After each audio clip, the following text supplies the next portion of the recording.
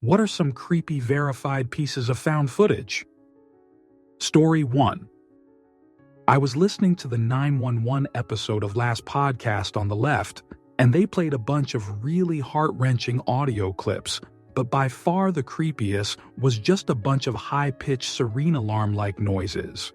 It was explained that all firefighters wear these alarms that go off if said firefighter is motionless for like 30 seconds or more, aka they are dead unconscious. So yeah, it was basically listening to dozens of dead firefighters. It is super haunting to listen to and still sticks with me. Story 2. Any black box recording where a plane is crashing and the pilots slowly realize they are going to die with all the passengers on board.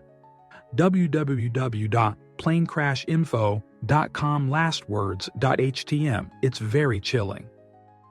Answer. I remember there was this sort of secret track on a Rammstein album. When you played He CD, the first song actually started several seconds in and you had to press back as soon as it starts. That would take you to 000, where you heard the sound of the black box of a Japanese plane crashing into mountains. It was really creepy just hearing them get louder and louder and yelling, and all of a sudden, nothing. Edit. I think I should add that I now know that it's from Risey Riza as I keep getting that sent to me. So thank you. Story 3. I always found this one creepy. Couple is on their honeymoon and playing around in waist-high water at the edge of a lake. Suddenly, the ground gives way, and they are struggling to stay above the water until finally you don't see them anymore and the water goes calm. Answer. I think everyone should learn how to do the survival float, sometimes called a dead man's float. The purpose is to conserve energy until you can continue swimming or be rescued. To do this, you take a deep breath and then completely relax your body while allowing your head to lie face down in the water. When you need more air, simply lift your head out of the water, take a breathe, and then resume the survival float. You don't need to be a proficient swimmer to do this, and it could save your life. Story 4. Mapcool. The Video Diaries of Ricardo Lopez.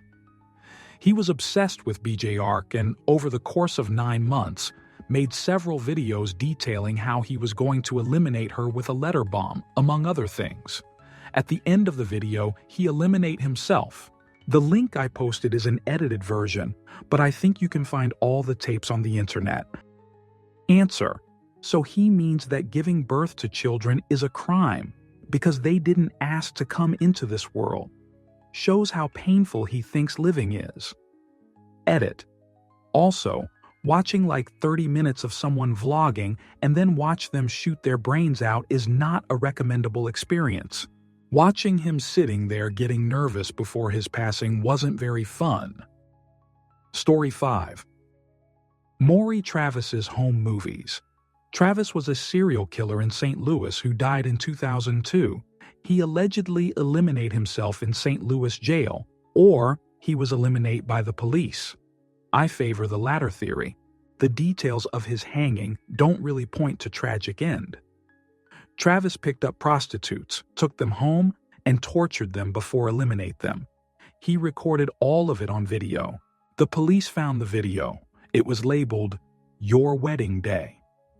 The videos were so disturbing that the chief of police ordered counseling for all of the officers who saw them.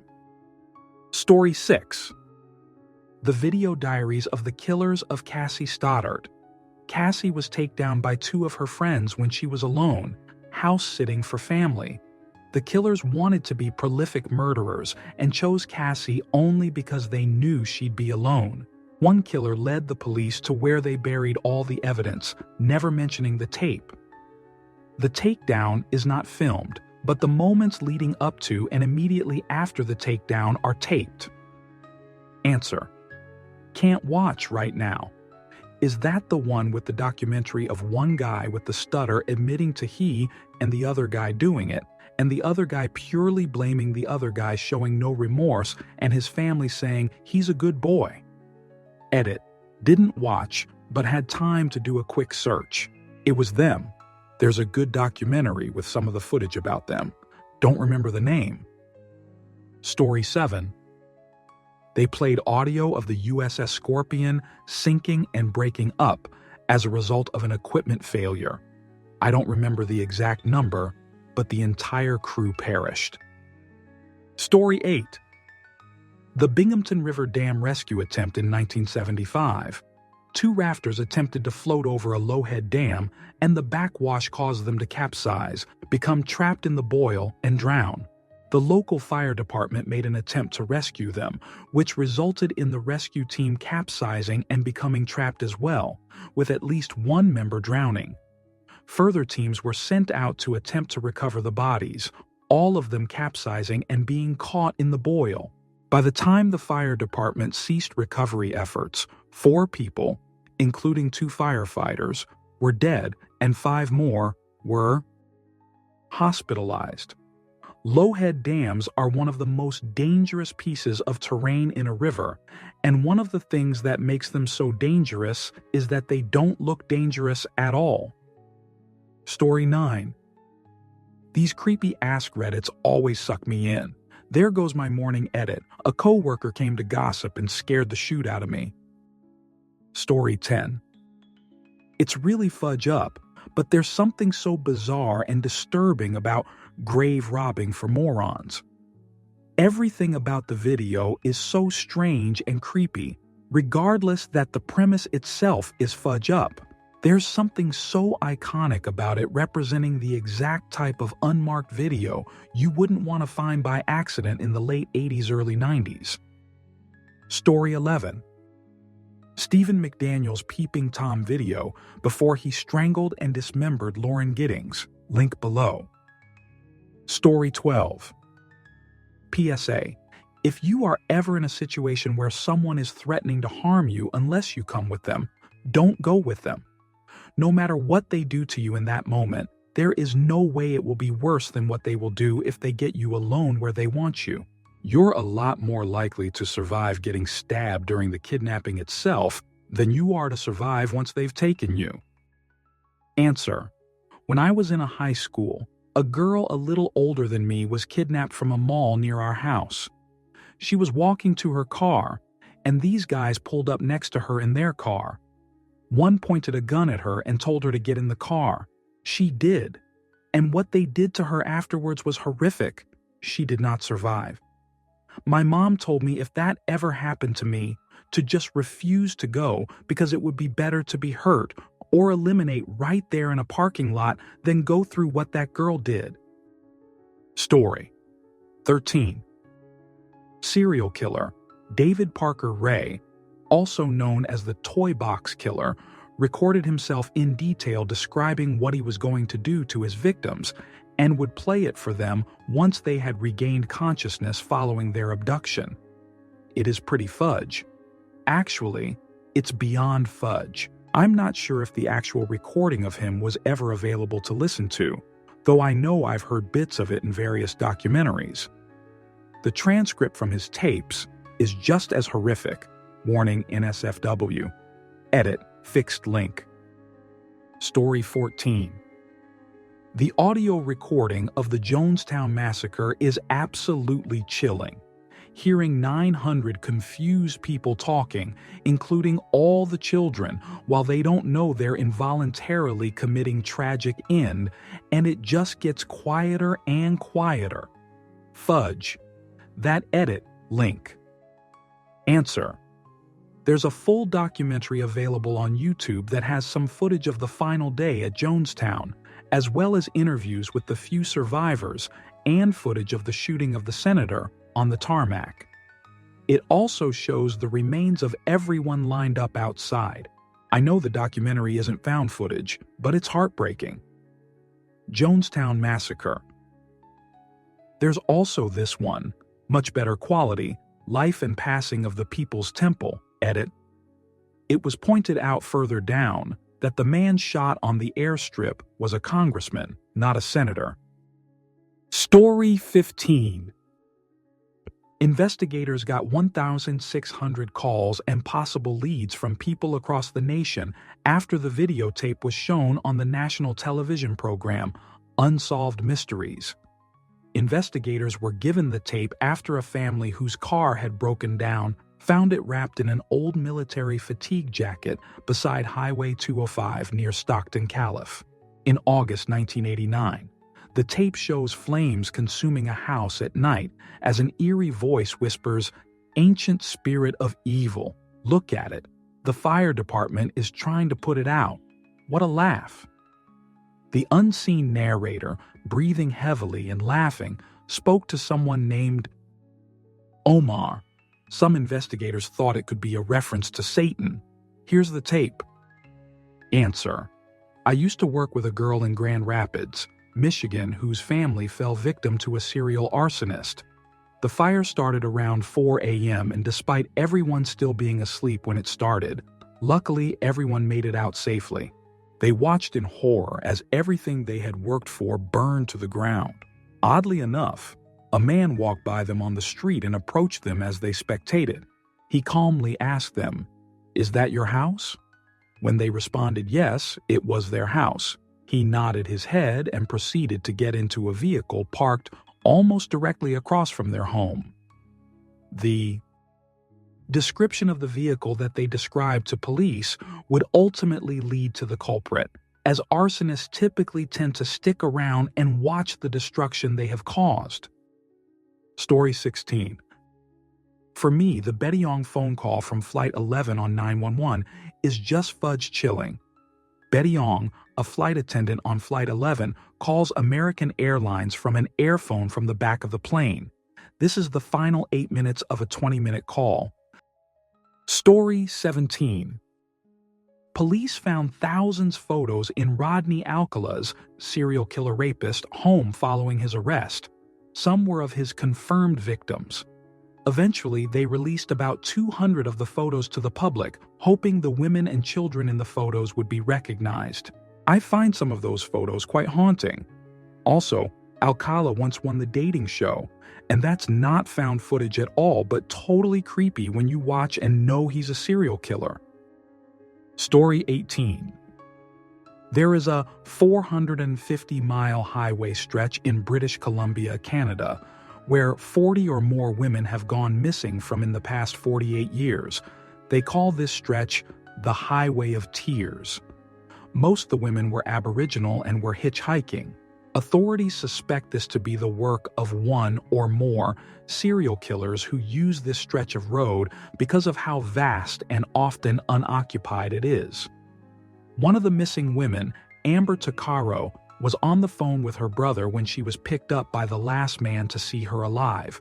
They pass around that recording to see if anyone recognizes the man's voice. But what gets me is that she is already worried when she's talking to her brother. She hides her phone at her side so he can hear what she's saying, and she demands to know where they are going and telling him that they aren't where he promised to take her. Very sad to hear firsthand what many women must have sounded like as they realized their fatal mistake in taking that ride. I hope they find the bastard. Story 19. More tragic than creepy, but the people who lost their parents to the 2004 tsunami got hold of their parents' last photos of being happy on holiday and the waves coming in. At first I didn't want to even look at them. Then once I looked at them a few more times, I got to really stare at them, Nil says. I saw that the waves were just so huge and powerful, and people were just standing there. Nil says he does feel some comfort in what he can only imagine as his parents' last few moments alive. I just picture my parents hugging each and knowing it would happen, and taking pictures, just in case someone found the camera and it did survive, they'd have something to see. Answer. My French teacher from secondary school, ages between 11 and 16 to 18, I believe, was in that tsunami. He was over there on his honeymoon. He didn't come into school for a week or two after, but when he did return, he knew that everyone would be asking questions, so for every class he taught across all years, He scraped his first lesson and decided to use the hour telling everyone what happened. He was very athletic, and I will never forget how he described saving him and his wife. They weren't on the ground floor, but the water was high enough to reach their floor. He saw it approaching their hotel. They run out of their room into the corridor to get to a higher level, but it was too late. He could see down the hallway that water was rushing towards them. He looked around him and he saw an air vent high up on the wall. He managed to make a hole big enough by either smashing or ripping the grill off. Jumped up, grabbed a hold, grabbed his wife's wrist, and held on as the water surged past them. Before the water hit, he turned to his wife and told her, "I love you." There were many other details he shared on seeing the wave coming in and all the people and animals running, but that was the most prolific one. Story 20. That video of the guy who put a GoPro on before Eliminate the News Lady and cameraman. He puts his gun away right before he shoots the first time because the camera panned and he wanted her to die on film. Chilling. Story 21. I can't link it, but the footage of the Dnepropetrovsk maniacs is pretty horrifying. They recorded themselves torturing a man, one of several on their spree, to passing with hammers and a screwdriver. It takes a very long time. And because it happened in 2007, the same year as Two Girls, One Cup, it has the charming nickname of Two Guys, One Hammer. Edit. The video is actually called Three Guys, One Hammer. Someone provided a link in the comments below, but really, don't watch it. I realize that me telling you not to watch it just makes you want to watch it more, but please, please, don't do that to yourself. Edit 2. I've been corrected. Though several of their victims were homeless, the man in the video was not. He was out walking his dog. Answer. When I was younger, I was really into passing and watching these kinds of videos. I didn't get fazed by them at all until I came across Two Guys, One Hammer. I remember sitting in my room at my PC going on, man, this sounds crazy. And as soon as it shows the elderly man on the ground, I was totally disgusted and horrified. I'll never forget the gurgling noises. I stopped watching these kinds of videos after that. Story 22. Not exactly found footage, but the CCTV footage and camera crew footage of Sabina and Ursula Eriksson on the motorway having a folie deux. Basically for no reason, these twin sisters end up sharing an intense paranoid delusion while on vacation together. Otherwise, they were apparently normal, mentally healthy women who reunite for a trip to England. Then they just lose it. One ends up take down a guy. Story 23. Some guy floating on a piece of wood gets shot to passing by the crew of an unknown ship. A video shows at least 4 unarmed men being gunned down in the water. Despite dozens of witnesses, the killings went unreported and remain a mystery.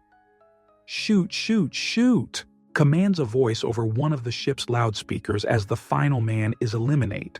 Soon after, a group of men on deck who appear to be crew members laugh among themselves, then pose for selfies. Story 24. This call made by a man named Kevin Cosgrove, who was on the WTC when the planes hit on 911, is incredibly chilling and incredibly sad. Story 25. Not found footage but creepy. The Brandon Lawson 911 tape. Guy got into an argument with his wife one night and decided to go spend the rest of the night at his father's house. On the way, his car ran out of gas, so he called his brother to come help him. And then, a little while later, he made this 911 call. By the time his brother and the cops got there, Brandon was gone. The car was there, but they never found a body or anything. Plenty of people have dissected the 911 call, and after listening to it a bunch of times, I personally think I can hear another person in the background. Pretty mysterious. Story 26. I believe the mystery is solved. There is a reasonable official explanation, but there were some Dutch hikers that went missing in Panama. The last photos they found are kinda creepy, though they were either taking them as a light source or to try to attract the search parties. This link kinda sucks edit. Posted a better link because my first one apparently had NSFW thumbnails. Edit 2. If someone can find a better link, I'll be happy to post it. I've seen links of just the photos before, but can't seem to find them now. Edit 3. Imgur. Link. Answer. As someone who hikes often, and often alone too, this was one of the most terrifying things I have read on this thread. For TLDR of the article, there is essentially no evidence of criminal activity being the cause of the passing of these two hikers, though it is still a mystery as to why the young women went down a clearly dangerous path and continued down that path. The most chilling fact is how long they, or at least one of the women, survived without food or backpacking gear. An entire week. Furthermore, one of the women died first, possibly of a head injury, meaning that the other witnessed her friend die and most likely suffer while simultaneously attempting to survive herself in unlikely conditions and ultimately dying. Story 27. I'm not sure what you mean by verified, but I remember an incident from northern Ohio back in the 90s. Someone found a video camera lying in the middle of a pasture. When they checked the recording, they found very creepy BW footage that included someone who looked dead. Where the footage came from and how it got there was a mystery. A few weeks later, it came out that the footage was from a video shoot from the band 9 Inch Nails, which was a new and up-and-coming band from northern Ohio at the time. They had suspended the camera from a helium balloon, trying to get an overhead shot, and the balloon broke away and disappeared. At some point, it must have landed in that pasture. So it wasn't a dead person after all, just creepy footage from a creepy band. Story 28. There were those photos of the guy that went out in the bush and ended up dying. They made that movie about it. He was living in a bus? Chris McCandless. Those photos always creeped me the fudge out. It's late, so I'm not going to look at them before I sleep. Answer. Wiki. In short, he wanted to live off the land, so he hitchhiked out to Alaska and got dropped off on some trail by a stranger. The stranger noted that he didn't seem to have much experience, had little supplies, and refused to stop at Anchorage first to stock up. The stranger figured he'd hike home in a few days after he realized how difficult it was. Chris hiked the trail and found an abandoned bus, so he made that his home. He hunted small game like birds and porcupines. He did eliminate one moose, but he didn't know how to preserve the meat, so most of it rotted. Sometime later, another hiker came across the same bus and decided it would be a good place to sleep. When he entered, he smelled rotting flesh and saw a body slumped over in a sleeping bag. He radioed for help. Journal entries give us a clue as to what happened. It seems Chris survived for about 3 months, mostly off small prey and wild berries. He ended up getting sick and tried to head back to civilization. However, the river he crossed to reach the bus was now a lot higher than it had been 3 months ago. Chris had no map, so he didn't know there was a bridge of some sort about 1/8 of a mile away. So he just went back to the bus where he died. His last journal entries were basically an SOS. He left one saying he needed help and that he was too sick to hike back home. If anyone found this, please wait as he was out picking berries and would return soon. The last few pages were just slashes, him marking the passing of days. It's believed that he got poisoned from the seeds of berries. The berries are normally safe if you're healthy. But because he was already malnutrition, the tiny amount of poison was able to take over. Apparently, the poison makes one of your legs give out, which is why he couldn't hike home. He was hungry, sick, and one, if not both, of his legs barely worked. He then starved to passing. The movie gave a different ending because they didn't test for the poison in the seeds until after the movie was filmed. I have no idea where I got the movie ending from. Minor stroke? Berenstain Bears universal jump? I'm just an idiot? Story 29. This Polaroid photo of kidnapped children found on asphalt in a parking lot.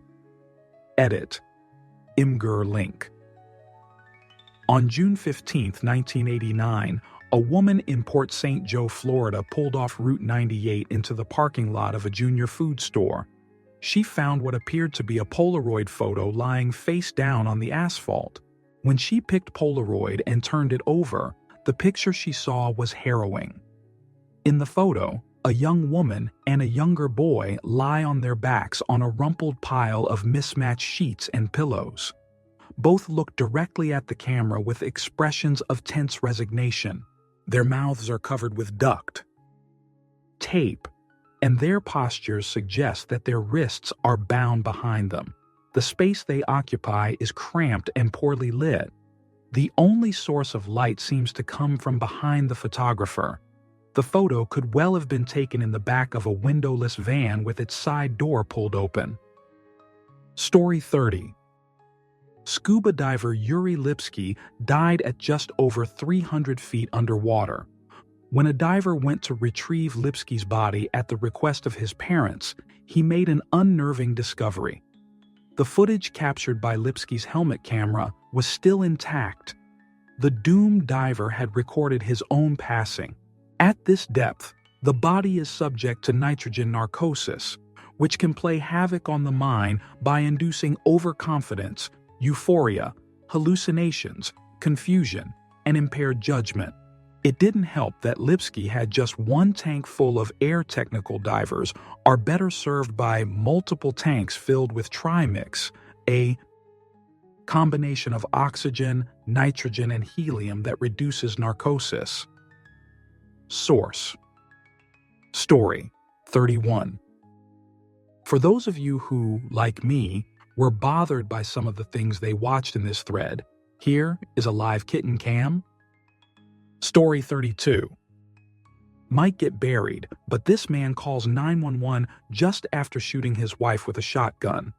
What is really creepy is my uncle is an auctioneer and sold everything in his estate the day before and had no idea what this man was capable of. Just chilling how calmly he describes how he shot her and he's pretty sure she's dead. Story 33. The Valentich disappearance. The original tapes have been destroyed, but there's a full transcript available and several dramatic reenactments on YouTube. Valentich was flying a plane off the coast of Australia when he began to give a report about something in the sky with him. Valentich: is there any known traffic below 5,000 feet? Roby: no known traffic. V: IM seems to be a large aircraft below 5,000. R: what type of aircraft is it? V: I cannot affirm. It is Ansin 204.